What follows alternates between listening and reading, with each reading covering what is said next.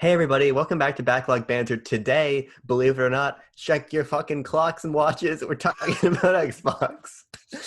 Now, here, It's Xbox time. All right, let's do it. Let's just go for it. oh fuck, We're off to a guys, great start. you gotta understand something. You gotta understand something. It's 10:45. I'm sweating. I gotta turn my fan off for this. We're both in different rooms. I'm in my bedroom. Tucker's in a different place.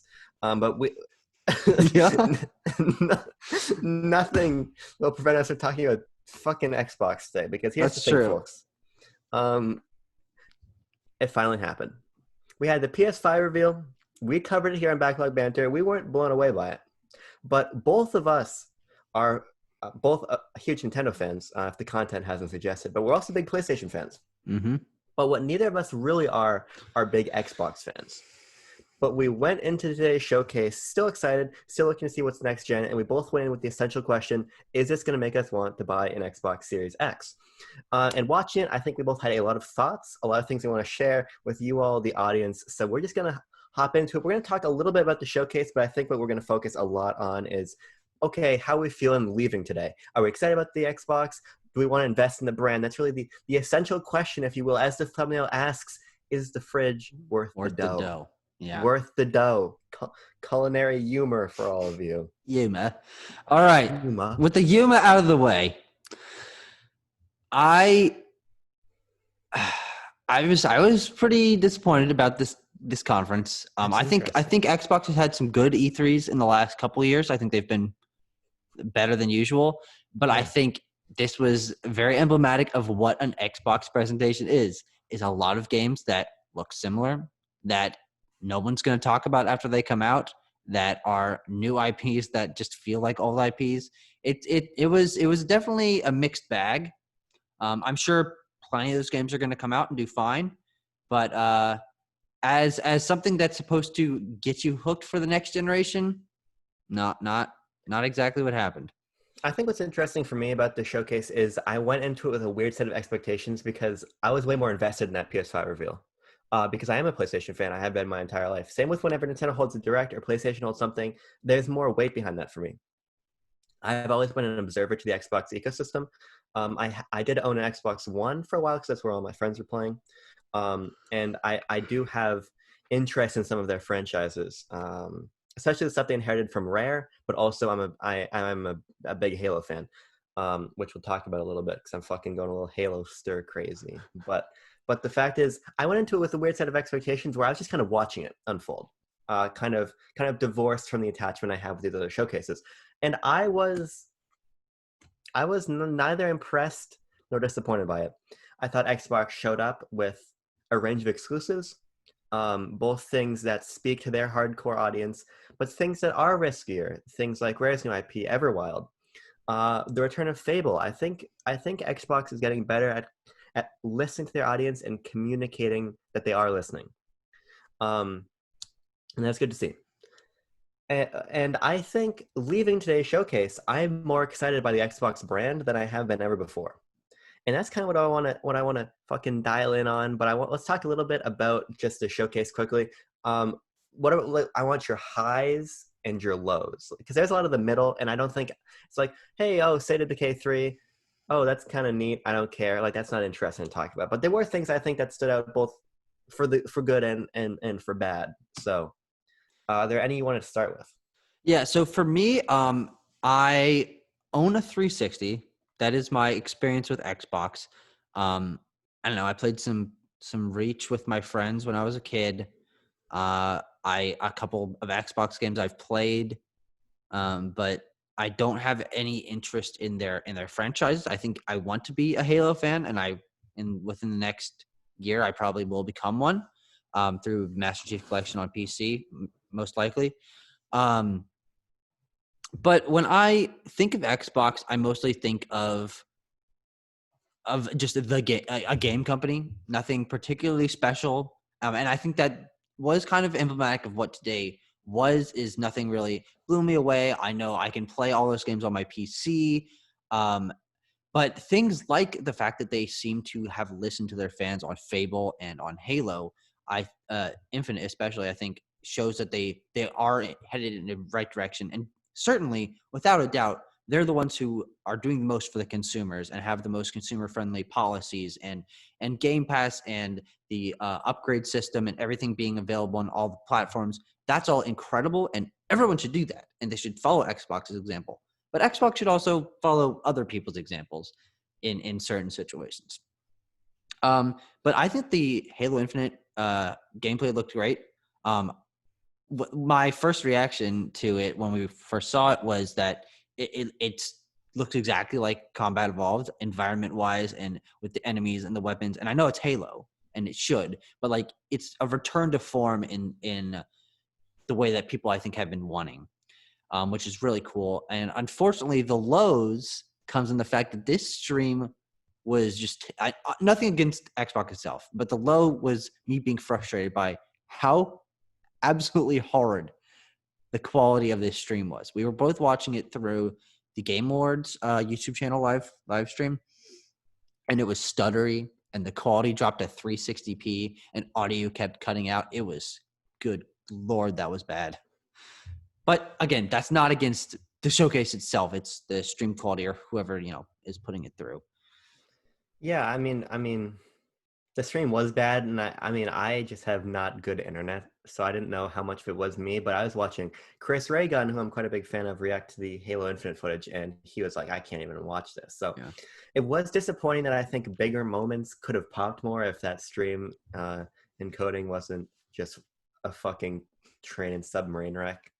But that Halo Infinite demo was a great way to start, and that really got me hyped up because my experience with Halo is I played Combat Evolved a long time ago on the PC, and I used to play it all the time with my cousin. But then since I've always been on the outside of the ecosystem, I've always kind of skirted around Halo, and I've really wanted to become invested in the series.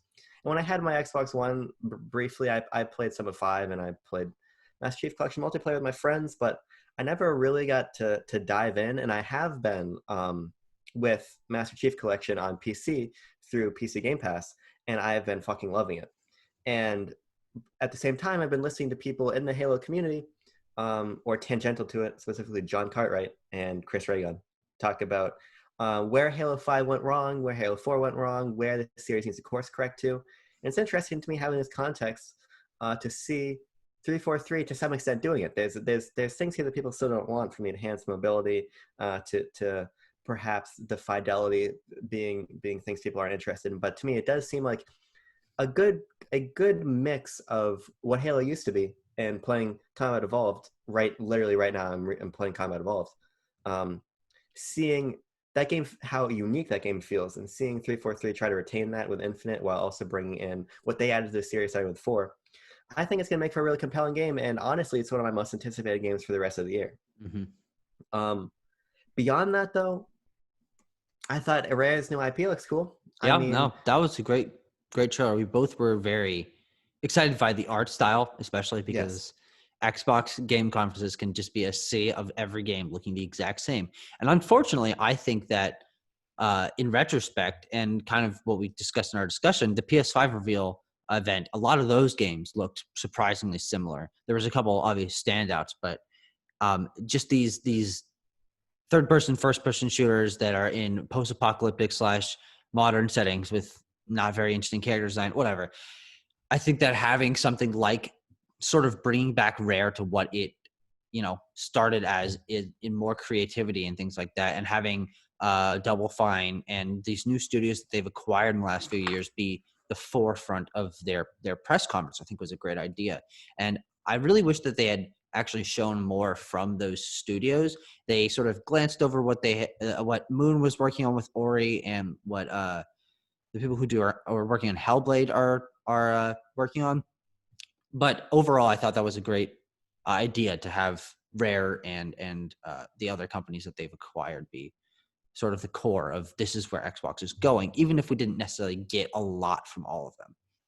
No, I agree, because I think, I mean, rightfully so, because that's just how the direction that they went towards the end of the 360's life cycle and into the Xbox One for, I would say, more the beginning part of that console cycle. But Microsoft really became homogenized with Gears and Halo and Forza, and that's what you got for Yeah. Xbox, right? And I think that they need to be better about messaging the fact that really their ecosystem is bigger than that. And especially now that Rare is kind of punching at their weight again with Sea of Thieves post updates being apparently really great, I'm actually going to re-download it on Game Pass on PC and fuck around with it because I heard that since launch the game has gotten quite good. And then to see what their other partners are doing, whether we're talking about things like Super Lucky's Tale or on the smaller scale, fucking Tunic, which is a great game, um, or things like like you were talking about with Ori or any of these other franchises. Even something like State of Decay plays so differently than what you would typically expect from their stable. Xbox, I think, has a far more diverse stable of first party IP than people give them credit for. They just need to show it a little bit better. And seeing Rare not only seemingly continue to return to form, but have this brand new IP and have it spotlighted. Really, I think with the amount of respect and time that Halo got, even though it was a shorter trailer, but it felt like a really big deal. So that was very cool to see, and I'm excited to learn how that game actually plays. The other big standout for me is that now that it's a first party team, Obsidian is doing some really really cool stuff. Yep. I love the Outer Worlds. That's a fucking awesome game. And I'm excited for that expansion. I mean, if I can, I'll put it on Switch. But then to see them working on what is it called? Arisen, Awoken, Uh, Arosen, uh, Who's how about Avowed. Avowed. Not a great name, but from what Nope. I'm hearing from people like Jeff Grubb who have talked about the game and have written about it, it's like basically how the Outer Worlds was to Fallout. What did you just say it was? The Avowed. title? Avowed is to Skyrim, which is Yeah. cool. Yeah. So I think Microsoft is really positioning themselves to have an interesting slate of games, but at the same time, goddamn, I can't tell you half of the games that were shown off today. Hmm. Not because that they're going to be bad games, and apparently things like Stalker 2 play really well with old men, like Cory Barlog. Um, but I do think that Xbox, they still have that challenge of showing people that yes, we have this big stable of IP and we have all these teams and they are different and they are going to offer you all these different experiences, but they're just kind of hidden under all this other jank. Um, so I don't know if I have much more to say about the rest of the games themselves because I don't know how many really interested me in Psychonauts 2. You want to talk about that for a second? Because Double Fine. Yeah. No, I thought that trailer was, and I quote myself, "This is what I imagine drugs to be like," Oh, I've because got a Tucker quote too. Keep because talking. that was a very interesting trailer. I really wish that it was focused more on gameplay than the environment and things because neither of us have played Psychonauts. I own the No. game on Steam. I don't know that much about it. I don't know how different the sequel is from the first one, but it definitely, if they put enough marketing and push into it, I think it definitely could feel like one of the next big games that Xbox has coming out, even though it is from a relatively smaller developer that has now become first party. But if they sort of say like, hey, they put it up there with Halo, like, hey, these are the games we have coming out. If they push those games, like you were saying, more putting out front, they have a diverse portfolio. I think that would be a really good one to focus on. I think it's a very good one to focus on because I mean, I love 3D platformers. And to see one that looks this unique and this interesting, I think is really exciting.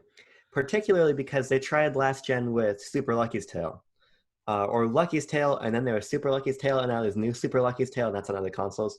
I played fucking one of them in the middle there, and it just had the DNA of a bajillion other platformers I'd played.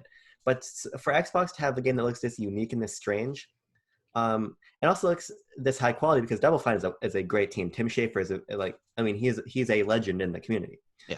I think having that game is going to do great things for their portfolio, and it's also just personally gonna give me another high quality 3D platform. And I'd really like to see Microsoft, look around and see what other platforms they can scoop up too, because I think it's important part of the market, and I think it's important that they're having a platform that looks remarkably different than what Nintendo's doing, Mm-hmm. because we see Sony trying with Sackboy's Big Adventure, Oof. and it doesn't look that confident, and it looks. If you were to move that aesthetic, I could easily see that being a Super Mario 3D World-esque title. But Psychonauts 2 feels so unique and so fresh that I am excited for it, and I will check that out. Um, so I'm excited that they showed it off. But I also like to talk about it very quickly. I have written down in my notes notepad on my phone. Tucker used the word ethereal 2 minutes into the showcase. I did do that, yeah. I really have not much to add other than the fact that that's a glimpse into the mind of one half of backlog banter. And I should have talked about that earlier because that was during the Halo portion. We already talked about Halo, so fuck it. Are there any other games in particular you want to talk about? Um, One that caught my eye was Grounded, the one where you play as really small people. Essentially it's like Ark, but you're Another tiny. Obsidian game, yeah. Yeah, no, and I think that game could be a ton of fun. It's one that I if it was something that had came out a couple years ago, I totally would be playing it with my friends on on a server. Like that would be one of the games that we would get into. But I mean, unfortunately, it doesn't seem like something that I'll be getting into in the future unless you and I just want to dick around it at some point. But yeah, no, I think that game looks really fun. And apparently, it's coming out very soon. We were 28th, both, yeah. yeah, we were we were both very confused about that. I don't know why. I think they just wanted to give it one last push of attention. I mean, considering I fucking forgot that I got it announced. It's probably a good thing they showed it today. There are two other games I want to talk about quickly. First of all, Forza Motorsport. Don't look at the sweat stains on my shirt. Forza Motorsport. I don't give a shit. Now the other game I want to talk about is Gunk.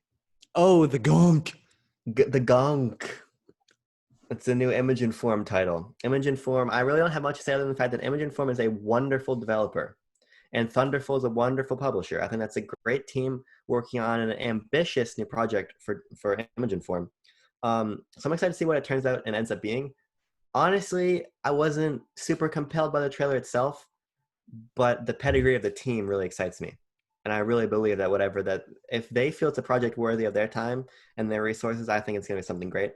I don't know if we know if I doubt that that's going to be exclusive in any capacity. Um, Well, but that's the that was, thing. That's one yeah. thing is that because Microsoft is so loose with where they put their games, they just want people to play them. With, of course, a Cuphead and Ori coming to Switch and things like that, and PlayStation kind of being left out in all these deals. But I think there's a good chance that a lot of these these smaller games or the ones that aren't obviously just big first party games, I think that there's a chance that even some of the smaller first party games or second party, whatever you call them now, that those could make their way to Switch or make their way to PlayStation, and obviously will be available on PC. But because Xbox just wants you to play their games, they don't really care where you play them. Yeah, I think that's fair. I think, well, let's see about any other games you want to talk about in particular. That segues nicely into the next leg of this fucking discussion. Legs. Mm. I could go for a chicken leg right now. A good chicken leg. What about a nice big fucking?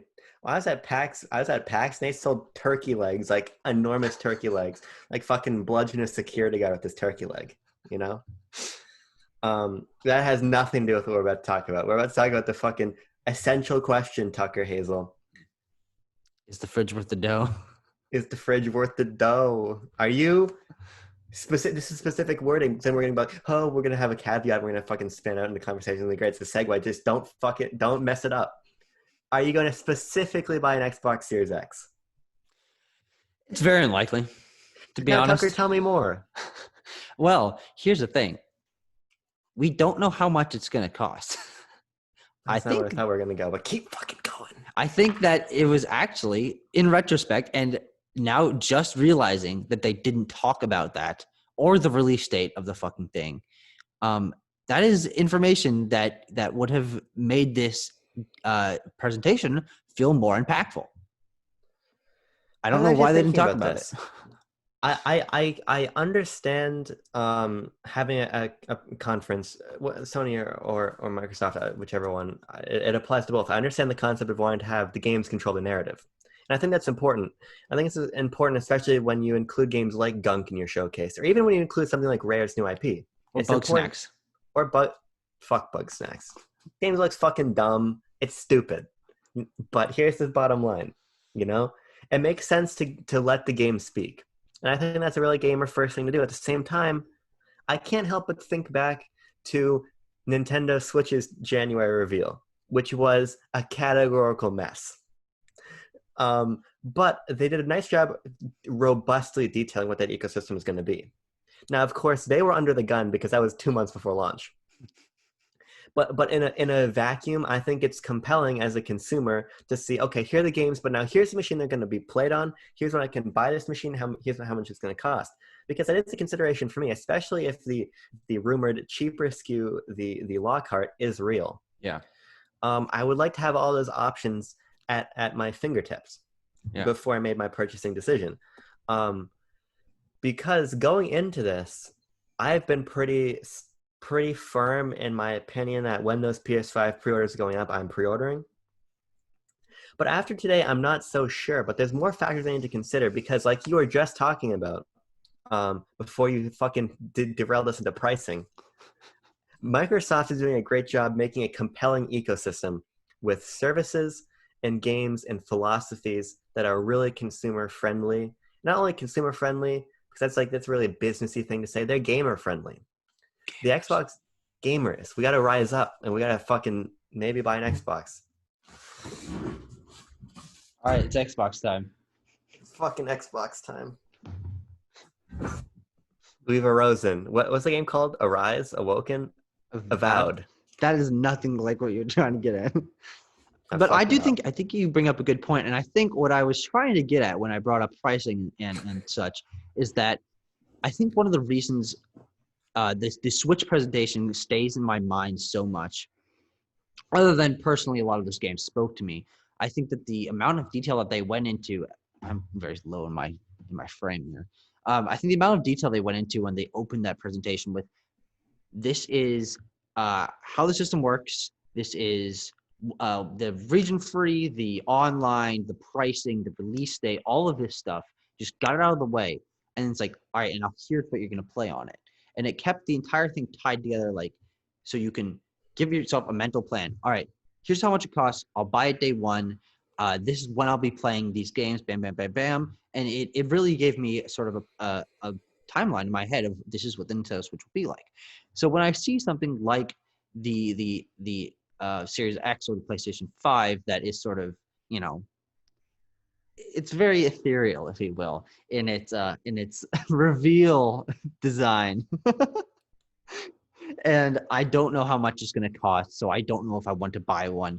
I don't know when these games are coming out. I don't necessarily well, I guess a Halo and then Spider-Man for PlayStation. They have big things at launch, but we don't know when we're going to be playing them. There's a lot of factors that go into making me want to buy a brand new console at launch. I think Now, that's all true. And Xbox is yeah, strange because you can still play these games on Xbox One.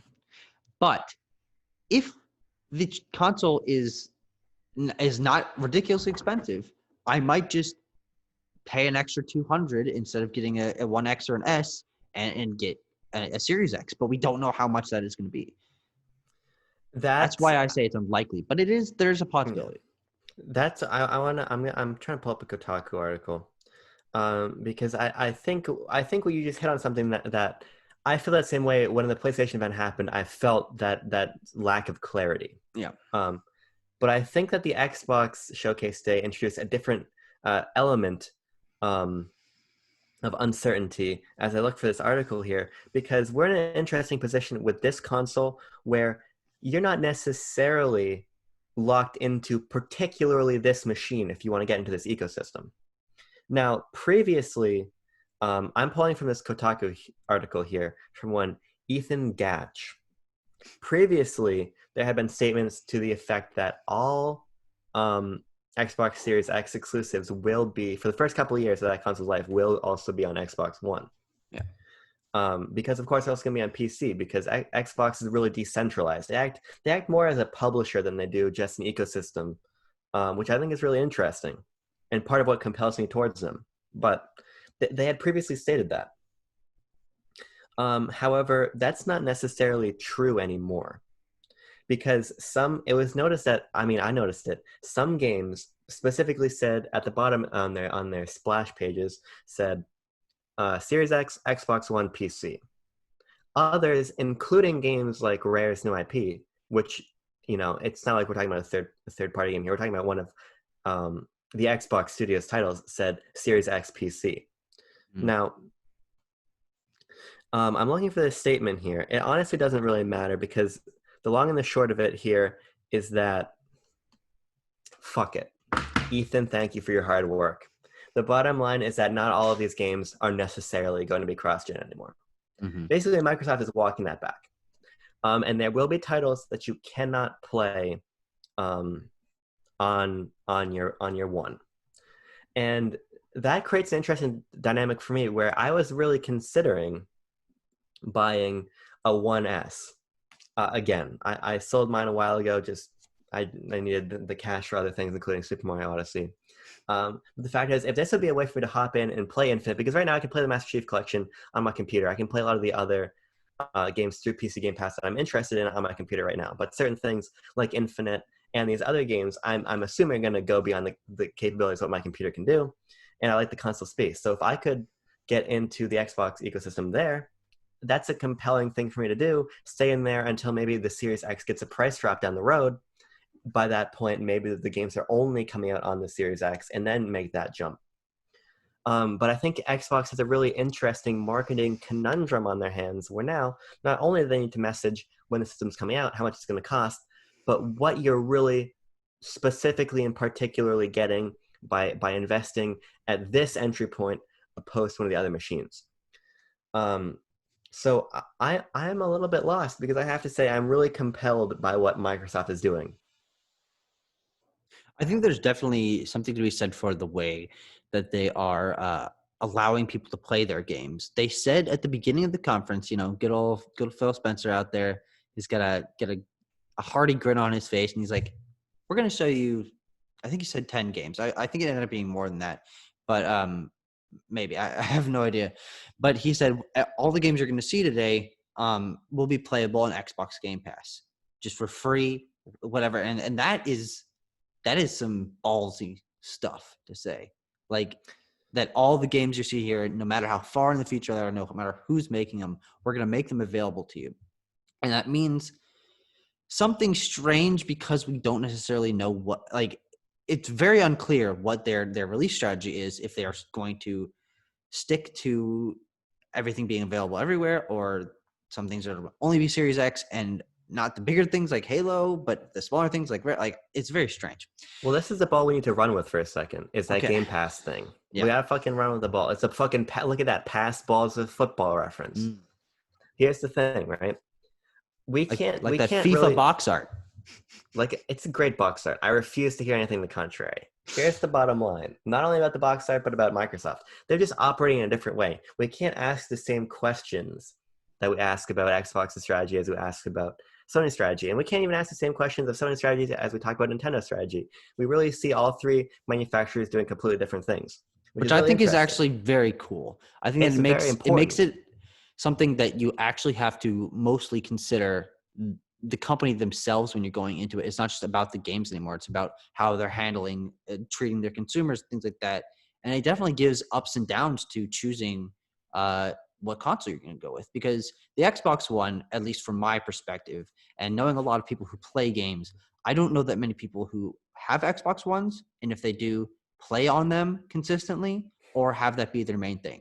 Most of my friends are PC gamers. If not, they have Switches.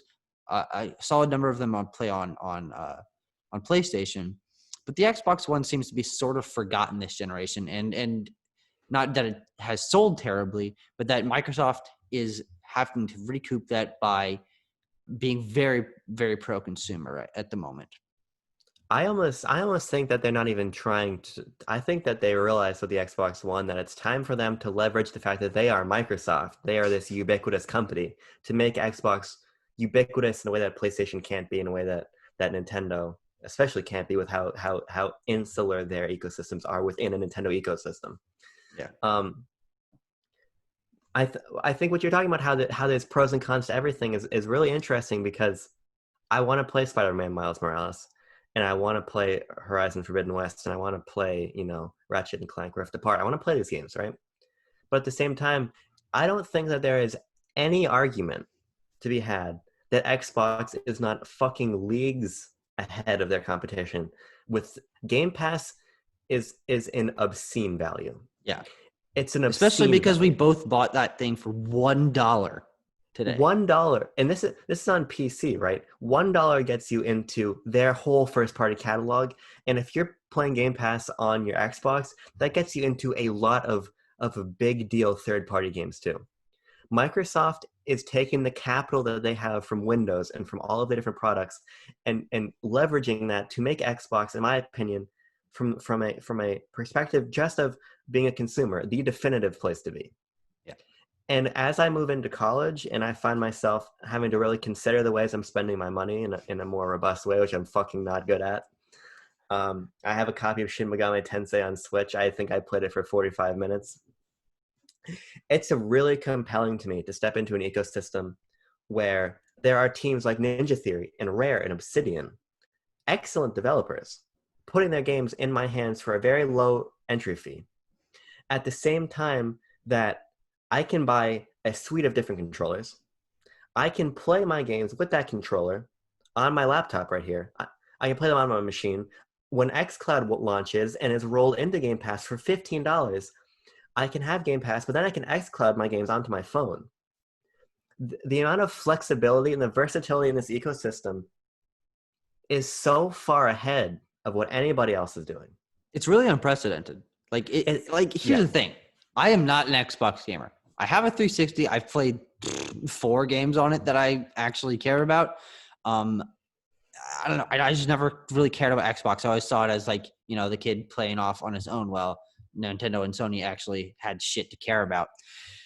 But now I'm starting to feel like I should have been there from the beginning, right? Like, it makes me wonder why I wasn't thinking about it. Like, they clearly do have a lot of games that I want to play that are available. I just played them elsewhere, but they're having them in the most powerful console with the lowest prices, the most flexibility. It's kind of insane that this company that I just sort of passed off is actually just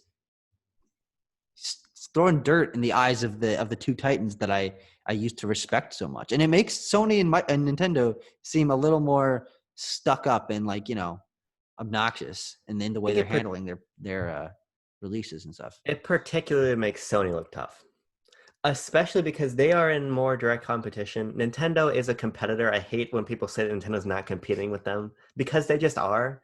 Especially if you're a kid and you're getting a console for Christmas, you're picking one, right? But the fact is, Sony and Microsoft are really the ones in direct competition. So when Microsoft is like, look, this machine's fucking fully backwards compatible, we don't care. If it's an Xbox game, it's playing. I don't care what Xbox is from, it's fucking playing. And then they're like, smart delivery. If you buy a game on our console, we're just giving you a new version for free. Yeah. We're just doing that. Crazy. And Sony on the third-party side, some developers are like, okay, you buy on PS4, we'll give you a PS5 version, but Sony's like, yeah, it's fucking Square Enix. If they want to give you fucking Avengers again, I'm going to let them do it, right? But that's where it's getting really tough for me, because I love Sony's stable of IP. I always have. For as long as I've been a Nintendo fan, I've actually been a Sony fan longer. My first system was a PS2. Which leaves me in a position where I want to play these games, but if I look at a calendar of games I'm playing, if 2 games a year are a PS5 exclusive, and 10 of those games are multiplat, right?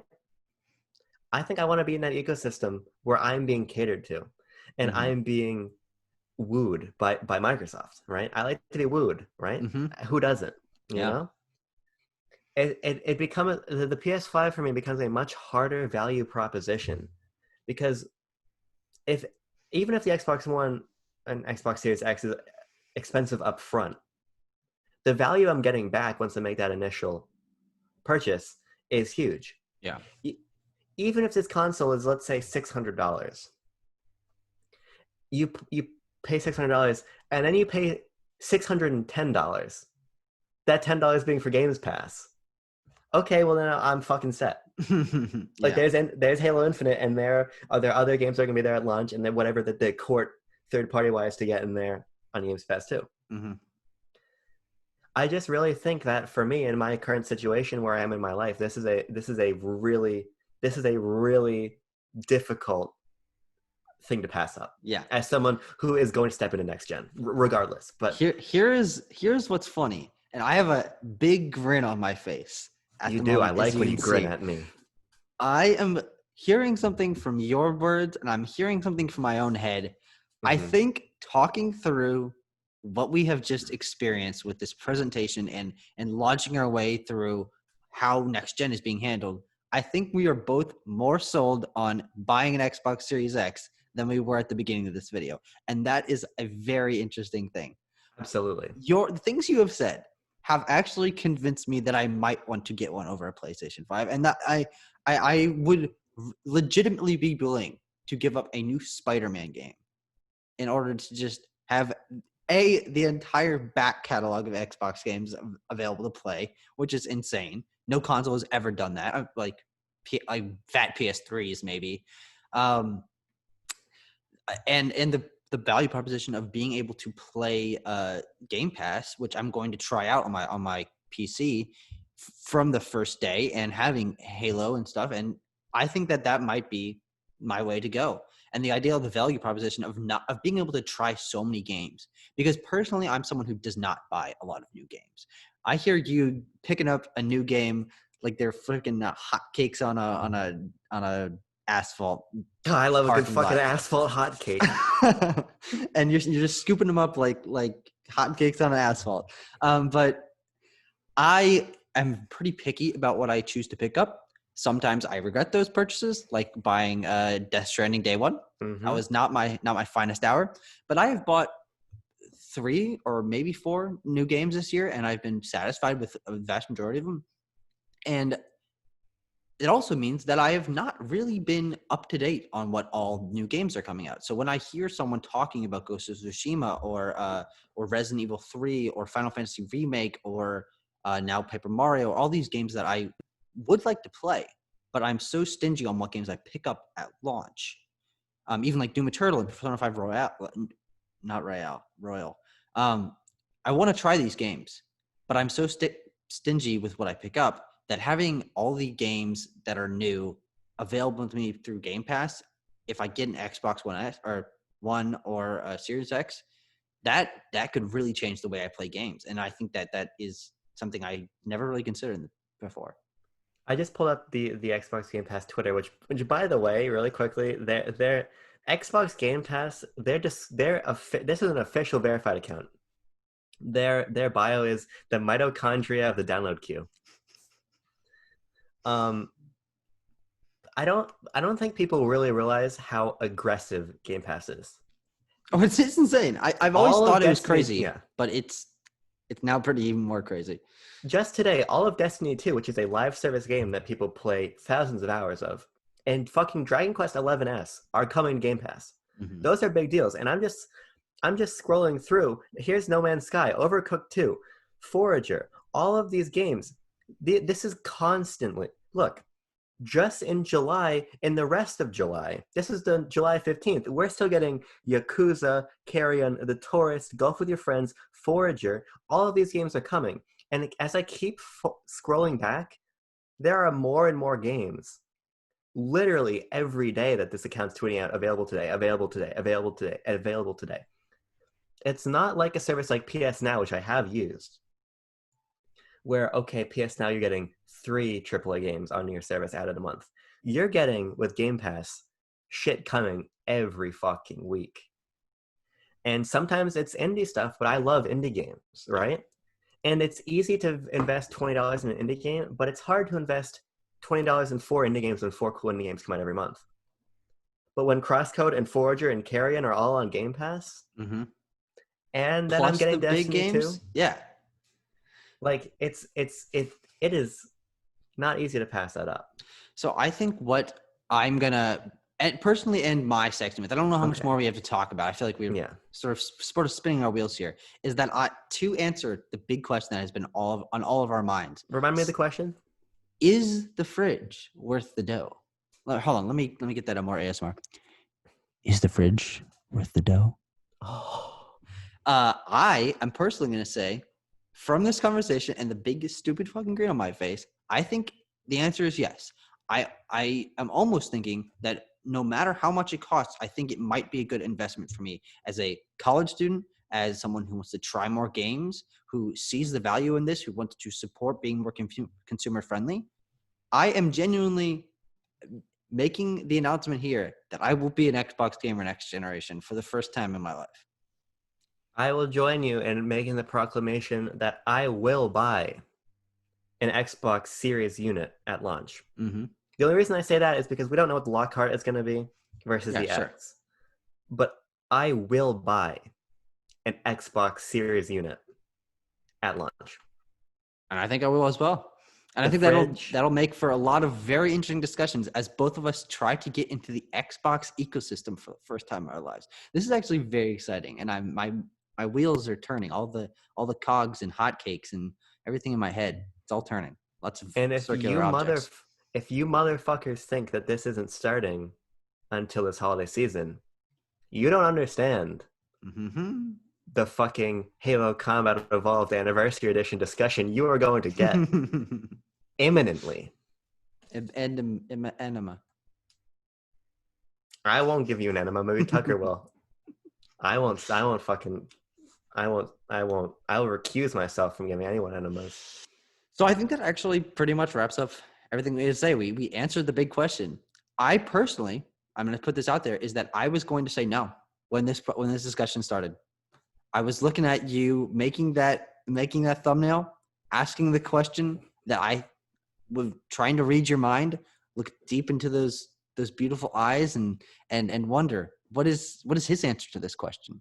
And I always I was thinking that it was pretty obvious. I thought we were both going to come out and be like, hey, the fridge, not worth the dough. They've got all these options. We were both looking at buying Xboxes today. We were both literally looking at that like a couple hours ago. But I'm going to wait now.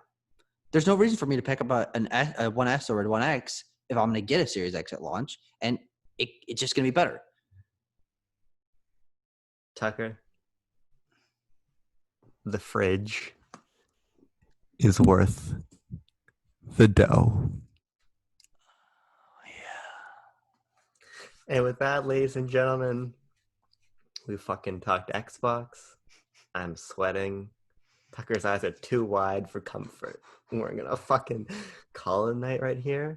I hope you like the fucking Zoom video quality. We're moving up. We're moving up in We're the world. moving up. We've almost doubled our views in the past few days since our 100 view special. We've almost gotten 200 views, and it's only been a couple days. I think it's because we're making content. Isn't that crazy? We're gonna keep doing it too. All right. Well, we'll see you guys in another video. See ya.